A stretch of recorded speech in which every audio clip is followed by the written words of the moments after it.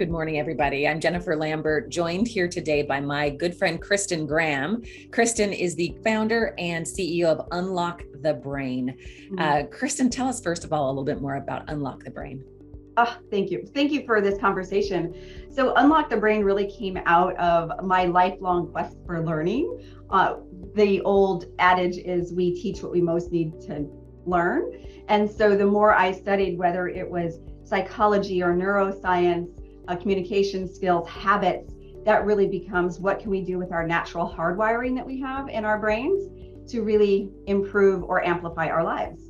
I love it. And speaking of brain wiring, that's what we're talking about today. I love it. Is about neurodivergence, neurodiversity, how to be more inclusive, how to not leave, I'm going to use your phrase, not leaving talent on the table, which is my passion. The lane I swim in is recruiting and talent acquisition. I know you also have a background in global recruiting as well as leading communications for large global organizations. I know you bring that as well as I know that you have a son who is in that category of neurodivergent. So this is also personal for you. It is. And I appreciate that. And I'm glad that you're here today to talk about this. This whole conversation was brought about by a colleague whose son was recently diagnosed with an autism spectrum, I don't want to say disorder, difference. Diagnosis. Yeah, diagnosis. And she was inquiring to me, like, what are his chances for employment? Like, oh, there's better than chances. We're well beyond chances. But I do think there's room for us as employers to think differently about being more inclusive in our communication, and specifically, not exclusively, but including individuals that are in that camp of neurodivergence. So tell us more about what you think what are our opportunities to not leave talent on the table and to create better communication with neurodivergent folks.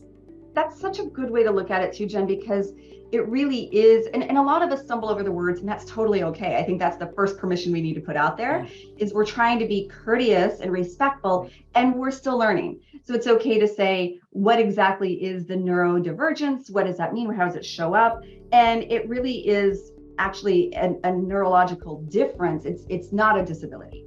It is just a different way the brain is wired to amplify the natural intelligence. It's an extension of intelligence.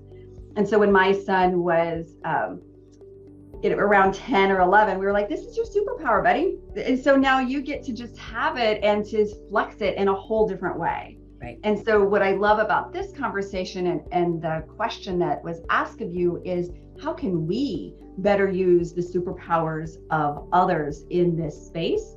And know that it's not just one category that it applies to. A lot of people have neurodivergencies, and it just is additional element to their natural skill set. So true. And important for us to recognize that neurodivergent can mean a lot of different things. Mm-hmm. And I heard a quote recently from someone who said, do not make the assumption because you met someone who's neurodivergent that you've met everyone who's neurodivergent. I mean, it looks different for different people. So we don't want to make massive assumptions. I want to be careful about that. But open up the conversation, open up the conversation about, are there things we should be thinking about? Unintended biases, we'll say, that maybe an employer or a hiring manager may have that they need to be aware of when they're engaging in a conversation with somebody who does have a neuro superpower. I love it. And I think it really goes to the larger communication courtesies we are learning and relearning, especially coming out of the pandemic. All of us have this social awkwardness as we're coming back in person or even doing this online. Right. And so for employers and colleagues and prospective talent, being able to say, we're going to insert some more pauses into our conversation. And that just allows additional space for clarifications, for questions, for explanations. And I think that is needed on a larger scale, but it is especially beneficial when you are working with somebody who's coming in fresh to you and to either your work product or your industry or in an interview setting. And one of the key ways that you can do that is to make sure that you're inserting what I like to call little bold subheads above things, such as, so Jen, let me give you a little background on this. So now my brain says, okay, I'm receiving background. I don't have to try to retain every single word.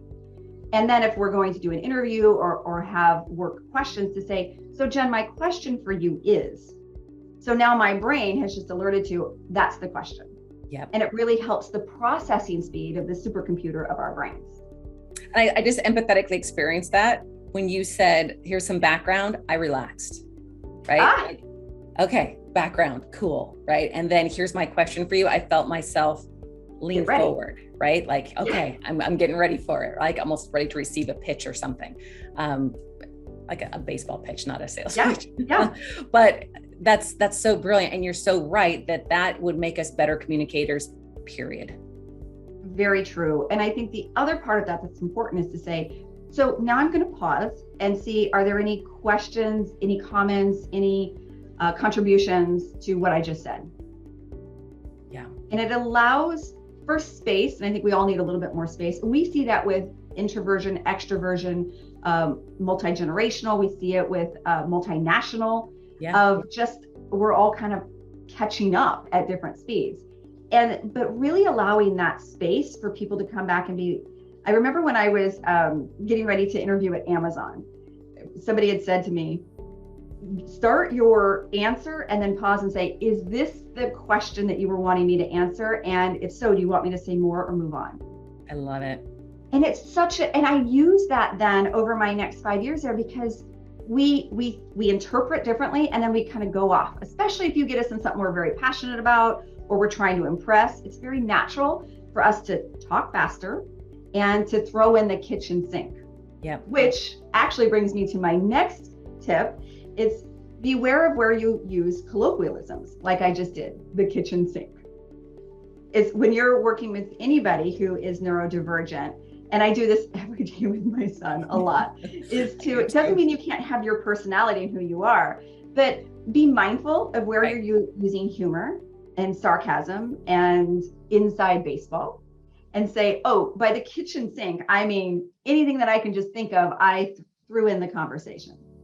It's not that neurodivergents don't have the same intellectual abilities. It's just that you're speaking on one side and it makes sense in your head, and allow the opportunity for it to resonate on their side. That makes perfect sense. But the barrier here is slow down, right? I mean, we need to slow down our communication and make it more intentional, more thoughtful, listen to what we're saying instead of just talking at people or just racing through the conversation. Yeah. Well, and be in the give and take of the conversation, right?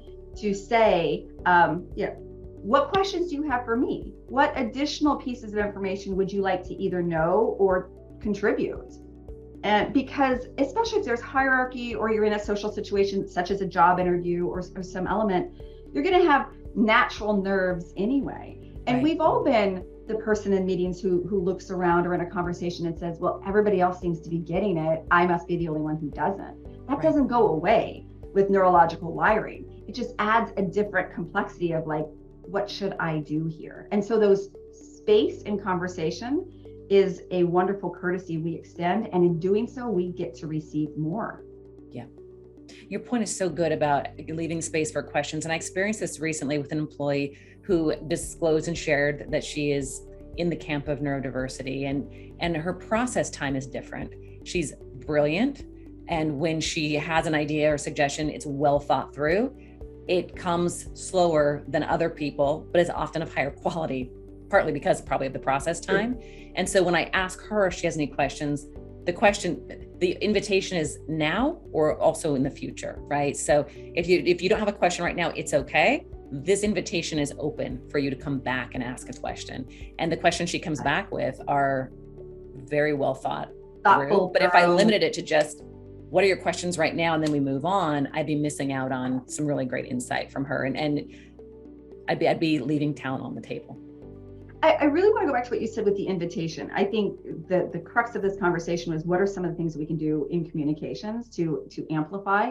And so the first is the permission to have an open conversation. And the second is to invite that conversation to continue, especially for follow-up conversations along the way. So permission and invitations really just allows the beauty of the brain to unfold naturally and to benefit everybody involved. Yeah. You and I could talk about this for a long time. I always enjoy my conversations with you. I want to I want to be respectful of your time, and please tell everyone how they can become connected to your work. You have a podcast, you have a great website. Tell the people how they can tell the people with pauses. Well, so I do speak a lot of this on the podcast, which is called Fewer Things Better. It's on all of the regular podcast channels, and they're always, by the way, 10 minutes or less, back to all of our busy brains. So that's one thing out there. And then I post a lot on LinkedIn, as do you, to talk about larger things in the space. And then unlockthebrain.com is my website platform. Wonderful. Well, I am so grateful for your contribution to this conversation. Kristen, always wonderful to talk with you. And I'll look forward to catching up with you on another topic very, very soon. Thank you so much. All right. Take care.